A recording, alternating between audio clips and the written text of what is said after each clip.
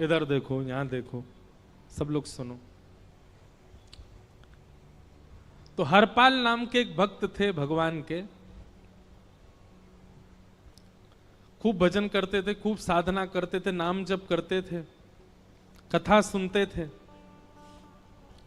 लेकिन वो ब्याह नहीं कर रहे थे। क्यों?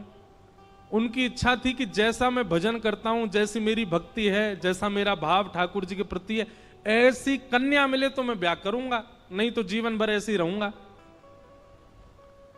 तभी उनके किसी रिश्तेदार ने आकर के बताया, बोले तेरे लायक कन्या मिल गई मुझको। तो हरपाल जी बोले क्या क्या गुण है उस कन्या का? बोले उस कन्या ने शर्त रखी है, मैं उसी से ब्याह करूंगी जो रोज 1000 संतों को प्रसाद पवाता हो। हरपाल जी बोले अब तो मुहूर्त भी नहीं निकलवाना, कल ही ब्याह करवा दो मेरा।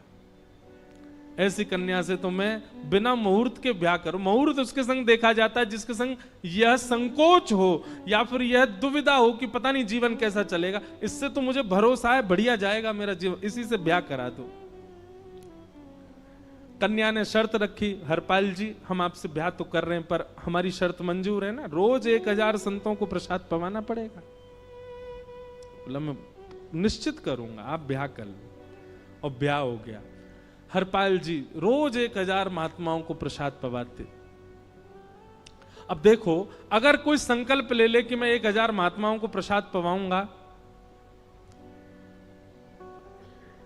अगर 100 महात्मा ज्यादा बढ़ जाएं, 200 महात्मा ज्यादा, उनको मना करेगा क्या? वो तो फिर अपराध बनेगा उससे।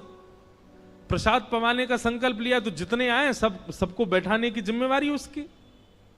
ऐसी कथा में भी होता है, कथा में जितने लोग आए सबका स्वागत होना चाहिए, सबके लिए स्थान पर्याप्त होना चाहिए।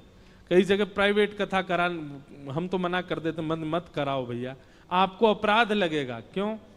वैष्णव को पता चला कि कथा हो रही, वो सुनने आ गया, जगह नहीं मिली या फिर वो बैठ नहीं पाया, तो खाली रहे भले ही स्थान, पर फिर भी स्थान बड़ा रखो ताकि कोई भी आए तो कोई रहे ना कथा से, नहीं तो कथा कराने वाले को अपराध लगता है। वैष्णव बिना सुने चला गया। तो हरपाल जी ने नियम ले लिया, रोज 1000 महात्माओं को भोजन कराते। अब 1000 की जगह कभी कभी 1200 भी हो जाते, 1300 भी हो जाते, 1500 भी हो जाते। लेकिन हरपाल जी करते कुछ नहीं थे, कमाई का कोई जरिया नहीं था, केवल दादा परदादाओं की पुश्त से जो उनके पुश्तैनी धन था उसी को ही खर्च करते जा रहे थे। 1 साल तक बढ़िया चला, 1.5 साल बढ़िया चला, लेकिन 1.5 साल बाद धीरे धीरे धन खत्म होने लगा। जैसे ही धन खत्म होने लगा, हरपाल जी बड़ी चिंता में आ गए, क्या करें। पत्नी को नहीं बताते थे। क्यों? बोले इससे तो शर्त लगी, इसको क्यों बताऊं अपना दुख, इससे तो शर्त मेरी यही शर्त थी कि रोज 1000 संतों को भोजन कराना।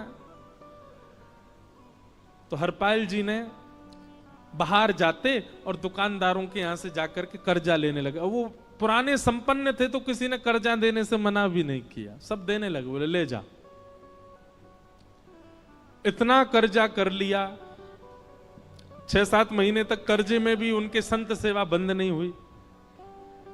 6-7 महीने बाद मांगने वालों ने मांगना शुरू किया, बोले हमारा दो, हमारा दो, हमारा दो। किसी का नहीं दे पाए तो पूरे नगर में ये हो गया कि भैया हरपाल जी अब पहले जैसी स्थिति में नहीं है, कर्जा इनको देना बंद करो, ये देते ही नहीं है पैसा लौटा करके। सब बिगड़ने लगा, धन नष्ट हो गया, इज्जत चली गई, लेकिन उनकी संत सेवा नहीं रुकी, रोज संत सेवा करते। एक दिन मन में विचार करने लगे, अब क्या करूं, अब तो मुझे कोई कर्जा भी नहीं देता, गहने भी सारे बिक गए, धन भी सारा खत्म हो गया। तो हरपाल जी ने मन बनाया कि मैं चोरी करूंगा, और चोरी करके ठाकुर जी, आप लोग मत करना ऐसा, चोरी करूंगा। हरपाल जी चोरी करने जाने लगे, लेकिन हरपाल जी का नियम था कि वो किसी के धन की चोरी नहीं करते थे। संपन्न लोगों के घर में जाते थे और उनकी रसोई घर की सामग्री चुरा लाते थे, चीनी, दाल, आटा, चावल, मूंग, नमक, मिर्च, ताकि भंडारा हो जाए सवेरे। इस प्रकार महाराज चोरी होने लगी। एक घर की हुई, दो घर, अब तो हल्ला होने लगा। बोले कि घरों की सामान राशन चोरी हो जाता है। वो बड़ा विचित्र चोर है, धन नहीं चुराता है, राशन चुरा के भागता है। ऐसी चोरी होने लगी महाराज। अब तो लोगों ने अपने अपने घरों में पहरेदारी शुरू कर दी कि चोरी ना हो। तो हरपाल जी को और दिक्कत होने लगी, क्या करें, कैसे करें। धीरे धीरे हरपाल जी इस स्थिति में आ गए कि अब संपन्न लोगों के यहां उन लोगों को ढूंढते जो ना कभी संत सेवा करते ना वैष्णव सेवा करते, और उन लोगों के यहां जाकर के थोड़ा बहुत धन चुरा लेते, स्वर्ण चुरा लेते। करना कुछ नहीं, अपना घर नहीं बनाते थे, बसाते थे, संत सेवा करते थे। ठाकुर जी रीझ गए हरपाल से। ठाकुर जी बोले, देखो ये सब चोरी कर करके और मेरे संतों को पवारा है। ठाकुर जी बोले, इस पर अनुग्रह करने जाना है।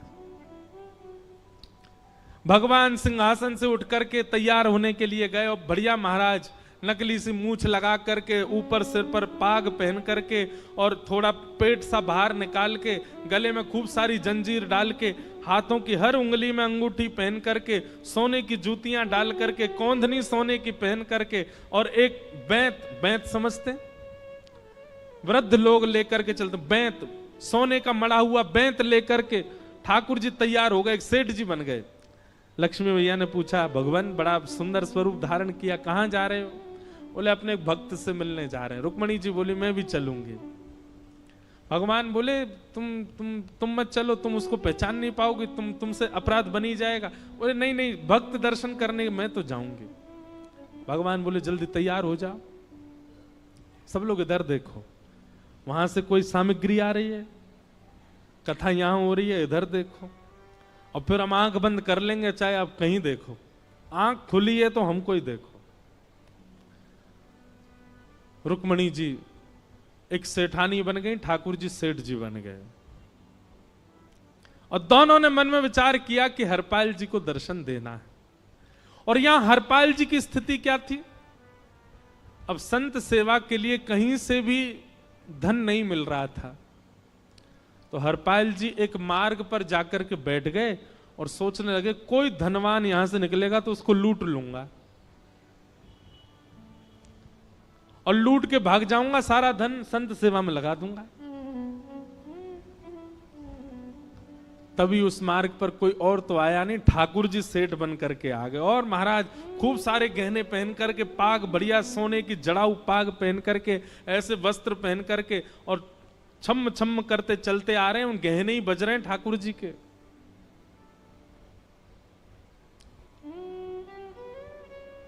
हरपाल जी ने जैसे नेत्र खोल करके देखा, ठाकुर जी के रूप यौवन और सबरी उनके श्रृंगार को देख करके हरपाल जी बोले, ये तो एक आध साल के भंडारे की व्यवस्था आ रही है सामने से। इतने में ही सेठानी जी रुक्मणी जी भी आई, उनको ओहो, ये तो कम से कम 5-10 साल की व्यवस्था आ रही है। अगर ये दोनों लूट लिए जाएं तो 10 साल चोरी नहीं करनी पड़ेगी। देखो कितना धन संपन्न। हरपाल जी के बगल में जैसे ही ठाकुर जी पहुंचे, हरपाल जी बोले, भैया जय श्री कृष्ण, प्रणाम। ठाकुर जी तो नाराज हो गए, क्या भगवान का नाम बोलता है सुबह सुबह?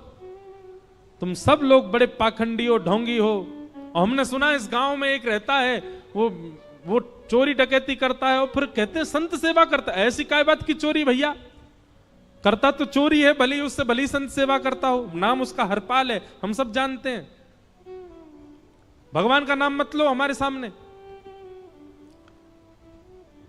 हरपाल जी समझ गए, वो तो बिल्कुल भगवत विमुख है, इसकी तो एक अंगूठी भी नहीं छोड़नी मुझको, इसका तो सब लेके जाऊंगा। अगर ये बदले में जय श्री कृष्णा बोलता तो एक आध गहना छोड़ देता है इसका में, पर ये तो इतना बिखर रहा है भगवान का नाम सुन के, इसका कुछ नहीं छोड़ूंगा, सब ले जाऊंगा।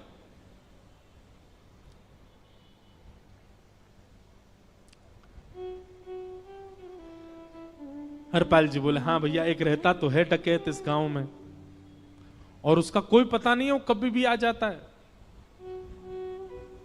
लेकिन एक मार्ग जंगल में होकर के है, उसमें गांव में नहीं जाना पड़ता। जंगल से गुप्त चुप निकल करके पूरे गांव पार हो जाएंगे, आप शहर पहुंच जाओगे। उसका रास्ता मुझे ही पता है। सेठ जी बोले तो तुम हमको पार करवा दो। हरपाल जी बोले मैं पार तो करवा दूंगा, लेकिन भगवान मेरे घर कुछ मेहमान आए हैं, उनके भोजन आदि की व्यवस्था के लिए मैं तो बाजार आया था, मेरे पे धन नहीं है। आप यदि मुझको कुछ दे देंगे तो मैं घर पर व्यवस्था करके आऊंगा, तुरंत आपको लेकर के गांव पार करवा दूंगा। ठाकुर जी ने उसको कुछ सोने की मोहर दे दी, बोले लो तुम अपने घर की व्यवस्था कर आओ। हरपाल जी ने सामग्री खरीदी, घर पर पहले व्यवस्था करके आए। बोले आज की व्यवस्था हो जाए, क्योंकि आज तो 10 साल का सब चोरी करना समय लगेगा। पत्नी से कहा भोजन प्रसादी बनाओ, संतों को पवाओ। संत पूछेंगे मैं कहां है, तो कहना कि आप लोगों की 10 साल की व्यवस्था करने गए आज।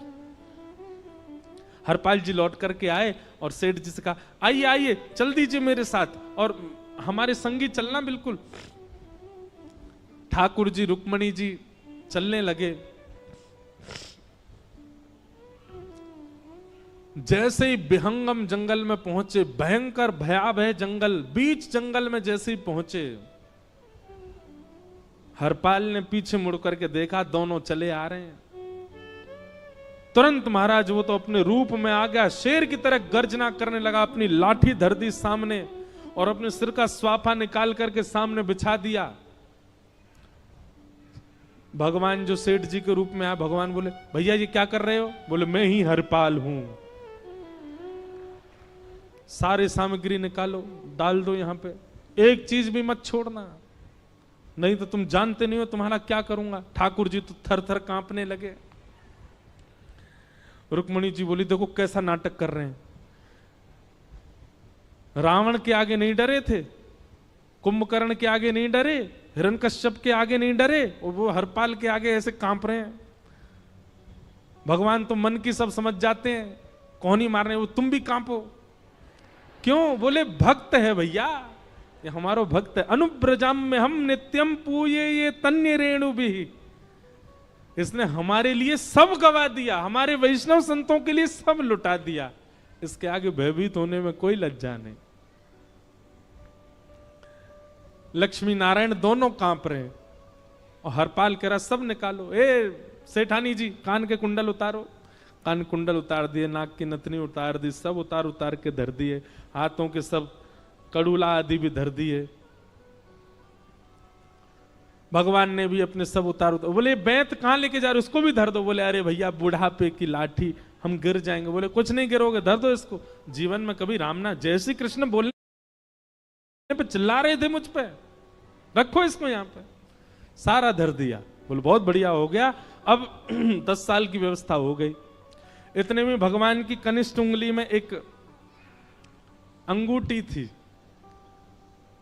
हरपाल बोला ये कहां बचा के ले जा रहे हो, उसको दो। बोले अरे भैया ये तो बहुत बचपन की हमारी अंगूठी है और ये आज तक हमारी निकली नहीं है और ये निकल ही नहीं पाएगी, इसको बाहर हम निकाल ही नहीं सकते, इसको तो रहने दो हमारे पास। बोले तुम क्या जानो, इस अंगूठी से कम 1 हफ्ता संत भोजन होगा और तुम पे तो दया करनी नहीं है। चिल्लाए थे मुझ पे जय श्री कृष्ण बोलने पर, निकालो इसको। भगवान खूब प्रयास करें, वो नहीं निकले तो हरपाल जी ने उंगली पकड़ी, बोले इसको काट देता हूं मैं, तुम्हारे पास उंगली रहने का कोई काम नहीं है, तुम उंगली से करते ही क्या हो।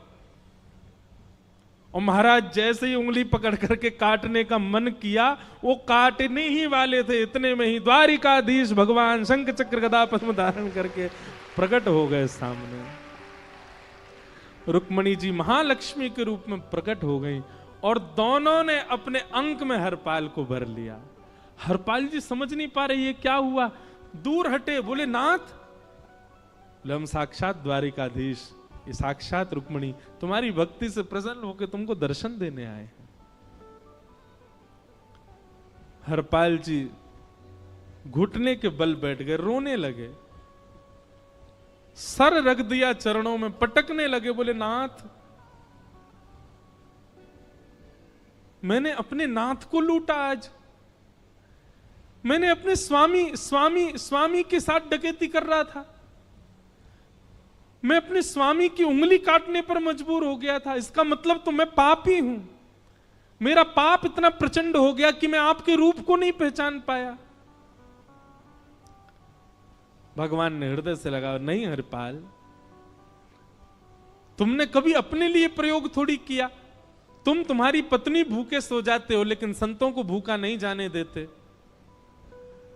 ठीक है, उसके लिए भले ही तुमने वह गलत मार्ग अपनाया जो नहीं अपनाना चाहिए था, परंतु उसमें उद्देश्य कोई और तो नहीं था, मेरे जनों की सेवा ही तो थी, मेरे वैष्णवों की सेवा। और देखो हरपाल, एक मेरी बात सुनो, आज तुम्हारे मन में ग्लानि होती है कि तुमने दूसरों का धन हड़प करके और उससे संत भोजन कराया। वास्तव में इसका विधान शास्त्रों में यह बताया गया, जिसके धन से भोजन बना और संतों ने पाया, परोसा भले ही किसी ने भी हो, कार्यक्रम भले ही किसी ने भी कराया हो, पर धन जिसका लगता है पुण्य उसी को मिलता है। तुमने तो अपने गांव के, शहरों के उन लोग जो कभी संत सेवा नहीं करते थे, उनके धन चुरा चुरा करके उनको पुण्य बांटा है। तुमने कुछ गलत नहीं किया है।